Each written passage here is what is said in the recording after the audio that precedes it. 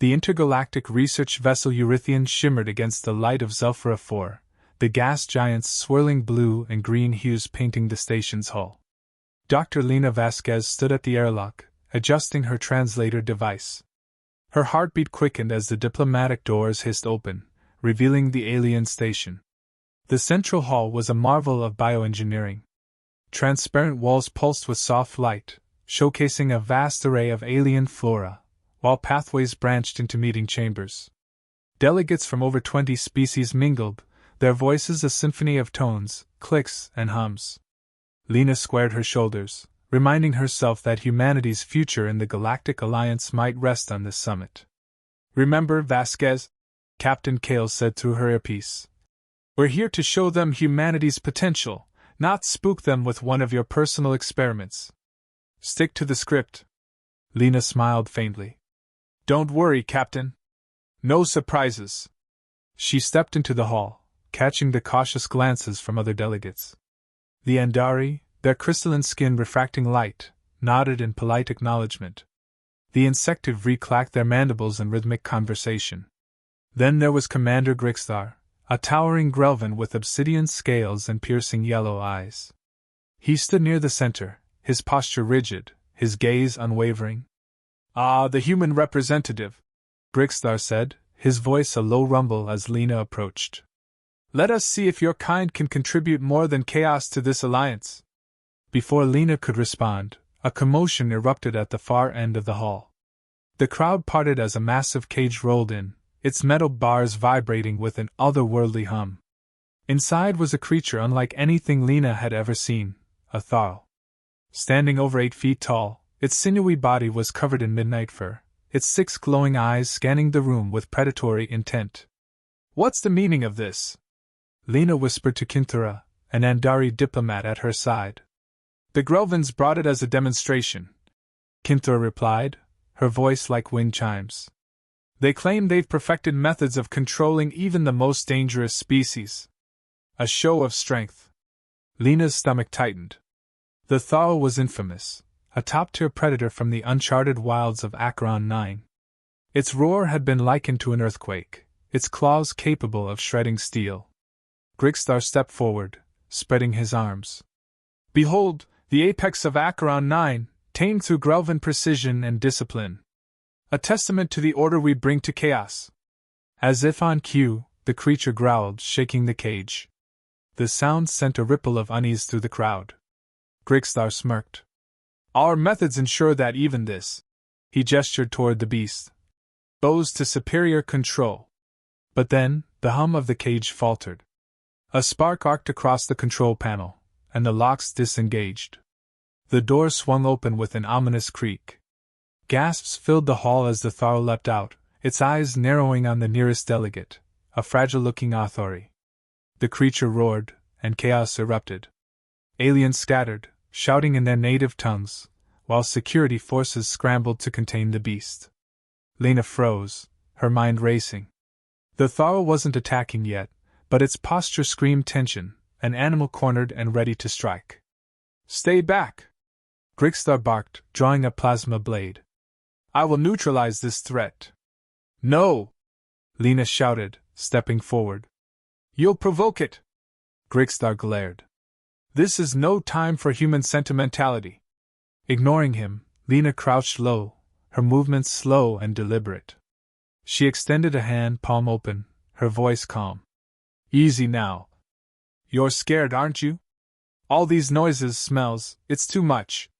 The Tharl turned its 6 glowing eyes to her, growling softly. Its muscles tensed, ready to pounce.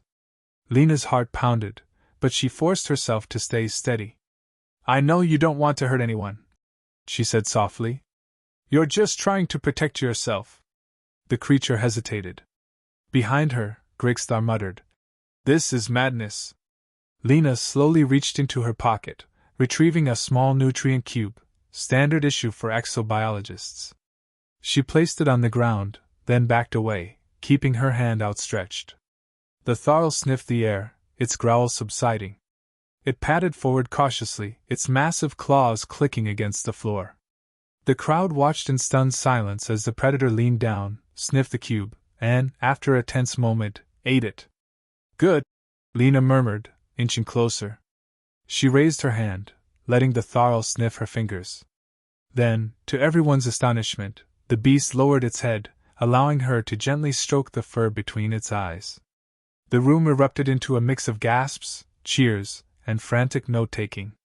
Delegates whispered in disbelief, their words blending into a cacophony of astonished chatter. Grigstar's jaw tightened. Reckless, he hissed, stepping closer. You could have endangered us all. This proves nothing but humanity's inability to assess risk. Lena straightened, meeting his glare. It proves empathy works where force fails. The Tharl didn't need discipline, it needed understanding. Before Grigstar could retort, Station's security arrived, securing the creature with reinforced restraints. The Tharl went without resistance, its earlier aggression entirely dissipated. As the crowd dispersed, Kintura approached Lena, her crystalline features shimmering with approval. That was unexpected. Few would dare what you just did. Few would need to, Lena replied. But humans. We've been taming predators since the dawn of time. It's in our nature. A deep voice cut through their conversation. In your nature to risk everything for the sake of sentiment? Grigstar loomed over them, his yellow eyes burning with disdain. This incident will not go unreported. Your recklessness may have cost humanity its place in the Alliance. Lena held his gaze, refusing to waver. You're welcome to report it, Commander. But I suggest you also include how humanity turned a crisis into a moment of unity. Grigstar's mandibles twitched, but he said nothing more, stalking away. As the hall emptied, Lena let out a breath she hadn't realized she was holding. Her hands trembled slightly, the adrenaline finally wearing off. You realize you've just painted a giant target on your back, Tom Powell, the Eurythian's engineer, said as he approached. Better me than humanity, Lena replied with a faint smile. But as she walked back to her quarters, a nagging thought settled in her mind. This was just the beginning. The Tharl incident had shifted the tide, and Lena knew that humanity's place in the galaxy would now depend on what came next. The soft hum of the station vibrated faintly beneath Lena's boots as she entered the main observation deck. It was late, and most of the delegates had retired to their chambers. She leaned against the transparent wall, staring at the endless expanse of stars. Zephyr 4 loomed nearby, its swirling atmosphere an unrelenting reminder of the political storm brewing aboard the station. She sighed, replaying the Tharl incident in her mind. The creature's 6 glowing eyes, the tension in its muscles, the warmth of its fur under her hand, it all seemed like a surreal memory now. Yet the fallout was anything but imaginary. The door hissed open behind her. Couldn't sleep either? Kinthra's melodic voice drifted in. Lena glanced at the Andari diplomat, whose crystalline skin caught the dim light, casting a soft rainbow across the room. Not after today, Lena replied. I keep wondering if I did the right thing. Kinthra tilted her head, a gesture Lena had learned signified curiosity. You calmed the Tharl without force. Few in the galaxy could have achieved that. But the Grelvins... She trailed off, her expression unreadable. They see it as weakness, Lena finished. Kinthra nodded. Commander Grigstar has already filed a formal complaint. He claims your actions endangered everyone and reflect humanity's impulsiveness. Many are listening. Lena's stomach tightened. And the others? Do they see it differently? The Andari Council is intrigued. We value emotional intelligence, and your ability to connect with the Tharl has sparked conversations about humanity's potential contributions to the Alliance. That's something, Lena said, though her tone was uncertain. It's not enough, Kinthra added gently. You'll need to prove your worth again, and soon. The next morning, Lena found herself in a crowded assembly hall. Delegates from every corner of the galaxy filled the chamber, their voices blending into a low hum of speculation. At the front stood Commander Grigstar, his imposing figure commanding attention. Yesterday's events highlight a dangerous flaw in humanity, Grigstar began, his voice resonating through the room.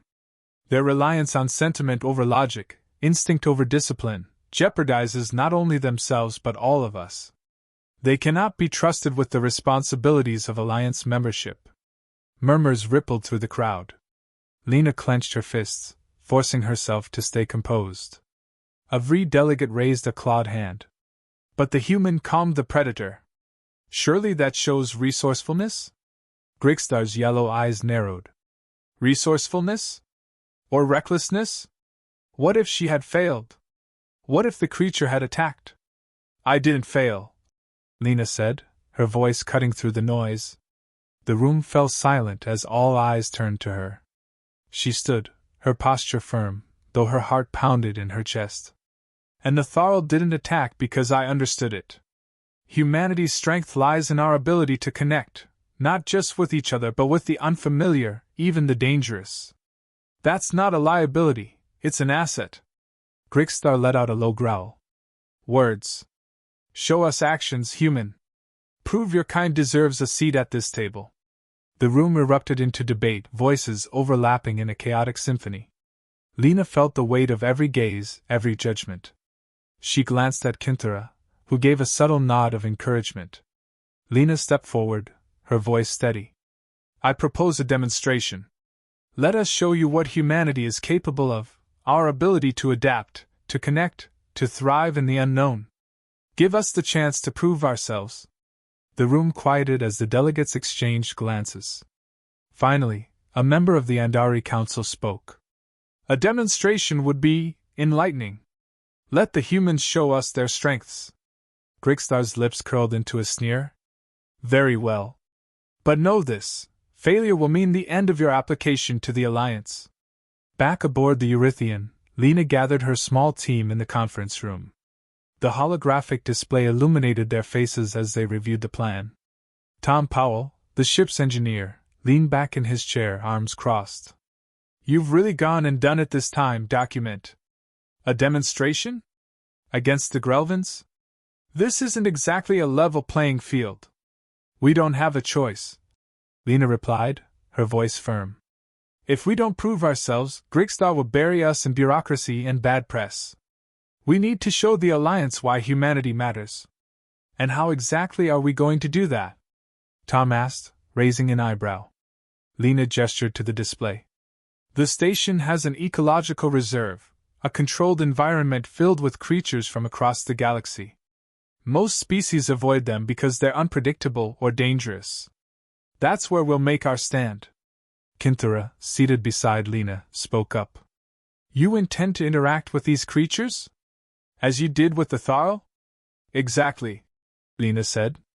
We'll demonstrate that humanity's empathy and adaptability can bridge gaps no one else dares to cross. Tom frowned. You're putting a lot on the line, Lena. If anything goes wrong. It won't, she said, though the weight of the stakes was clear in her tone. The ecological reserve was a sprawling habitat, its climate-controlled zones mimicking various planetary environments. Lena and her team stood at the entrance, their breaths visible in the cool air. The delegation watched from an observation platform above, their expressions a mix of curiosity and skepticism. Ready? Tom asked, handing Lena a small device. She nodded, gripping the gadget, a frequency modulator designed to emit calming signals. Let's do this. The first creature was a Veloxian Shrike, a towering avian with razor-sharp talons and feathers that shimmered like molten silver. It perched on a rocky outcrop, its piercing gaze fixed on Lena as she approached.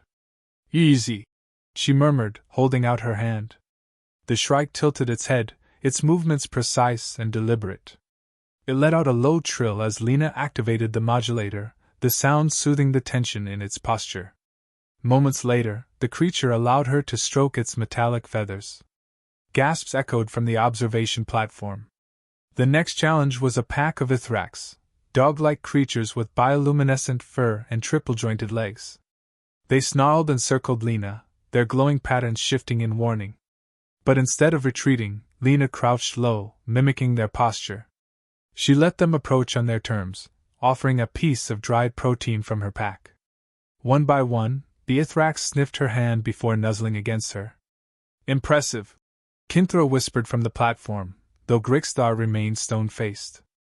Finally, Lena faced a Trian Vorax, a reptilian beast with serrated spines along its back. This time, it wasn't fear or aggression Lena sensed, it was pain. A shard of metal protruded from its hind leg, the result of a recent accident in the reserve. Lena glanced at Tom, who mouthed, "You're insane," but handed her a pair of sterilized pliers. With careful movements, Lena approached the Vorax, her voice a soothing hum. "It's okay. I just want to help." The creature growled but didn't move as Lena removed the shard and applied a regenerative patch. When she stepped back, the Vorax let out a deep, rumbling purr, a sound no one had ever heard before. As Lena rejoined the observation platform, the room was silent. The Andari delegate finally spoke. "Remarkable. Humanity may indeed have something unique to offer." But Grigstar's eyes gleamed with suspicion. "This isn't over," he said, his voice low. Lena met his gaze, her resolve unshaken. "No, Commander. It's just the beginning." The council chamber was packed tighter than Lena had ever seen. Delegates filled the room, their faces reflecting a mix of curiosity, skepticism, and simmering tension. The events in the ecological reserve had stirred a whirlwind of debate, and now it was time for deliberation. Lena could feel the weight of every stare as she stood in the center of the room, flanked by Tom and Kinthera. Commander Grigstar towered at the far end, his clawed fingers drumming rhythmically on the arm of his seat. The silence stretched uncomfortably until he stood, his commanding voice cutting through the air. "Humanity has demonstrated competence," Grigstar began, his tone measured, almost begrudging. "Yet competence alone does not merit inclusion in this alliance. Words and gestures are fleeting. What happens when the stakes are truly dire?" Lena stepped forward. "We've already shown that we can adapt to the unfamiliar and connect with what others fear. Isn't that the very essence of an alliance? Facing challenges together?" "Bold words," Grigstar said, his lips curling into a sneer. "But words are not enough. Let us see if humanity's actions hold up under real pressure." An hour later, Lena and her team were gathered in the Eurythians' war room, staring at the holographic projection flickering before them. The Council had issued a new challenge, a diplomatic and survival exercise in one of the galaxy's most dangerous territories, the Skarn Nebula. The nebula was infamous for its electromagnetic storms and labyrinthine asteroid fields, but it was also home to the Xyrath, a reclusive insectid species known for their hostility toward outsiders. The task was deceptively simple: deliver a communication beacon to the Xyrath hive world as a gesture of goodwill. "This is insane," Tom said, pacing the room. "The Xyrath have attacked every ship that's entered their space. What makes them think we'll be any different?" "They don't," Lena replied, her voice steady. "That's the point. This isn't just about delivering the beacon, it's about proving we can handle diplomacy under the worst circumstances." Kinthera nodded, her crystalline skin catching the dim light. "The Council chose this challenge deliberately. If you succeed, it will silence many of your detractors. But if you fail..." "We won't," Lena said firmly. "We can't afford to." The journey to the Skarn Nebula was tense but uneventful. Lena spent most of the trip poring over every scrap of information available on the Xyrath. Their society was rigidly hierarchical, ruled by a queen whose word was law. Communication with them was notoriously difficult due to their unique pheromonal language, but Lena had an idea. "Tom, can you modify the beacon to emit pheromone signals instead of standard transmissions?" she asked as they approached the nebula's edge. Tom frowned, rubbing the back of his neck. "It's not exactly a plug-and-play system, but I can try." "Why?" "If we can speak to them in their own language, even in a rudimentary way, it might show them we're willing to meet them halfway," Lena explained. Tom sighed, already reaching for his tools. "No pressure, right?"